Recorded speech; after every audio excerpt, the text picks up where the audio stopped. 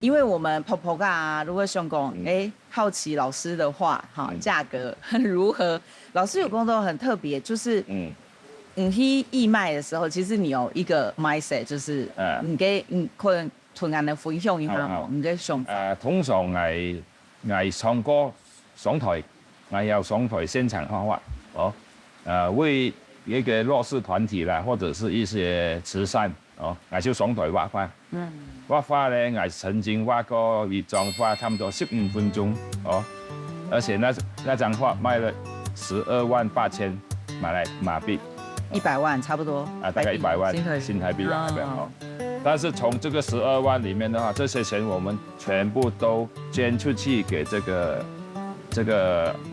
團體這間特殊學校我們沒有拿1分錢。因為我們上台做慈善畫畫，我們不想大家的善心，我們從裡面賺錢。你就係那張畫賣到100萬、1000萬幾多錢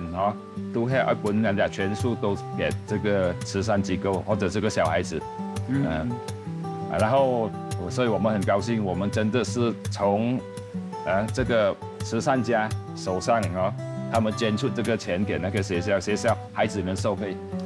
這樣子啦，就應該既然想要蹦出，突然蹦出，如做純粹一點如冇我去義賣了，我要拿一些上台表演的時候，義賣就會表示講，這些紅賣都喺邊度做慈善呢，剛才都分文不取。錯。至於其他的，有時候某些場合義賣的話，OK， 主辦當局他會